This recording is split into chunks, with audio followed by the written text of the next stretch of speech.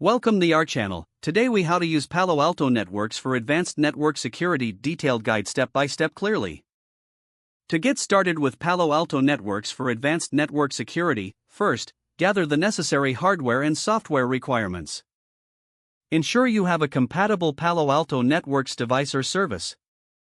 Next, access the management interface by entering the device's IP address into your web browser. Log in using your administrator credentials to reach the dashboard. Once logged in, navigate to the Device tab to configure system settings. Begin with setting up your network interfaces by choosing Network from the menu. Click on Interfaces and define the necessary ports for your environment. Assign IP addresses to each interface as required for your network layout. After configuring your interfaces, proceed to create security zones. Select Zones under the Network tab and click Add to define new zones.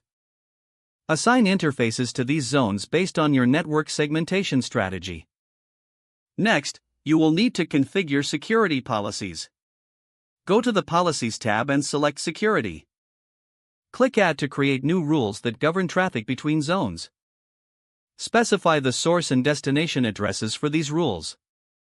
Define applications, and specify the action to either allow or deny the traffic. Once your policies are in place, proceed to set up threat prevention features. Navigate to the Objects tab, then select Security Profiles. Activate profiles for antivirus, anti-spyware, and other necessary protections.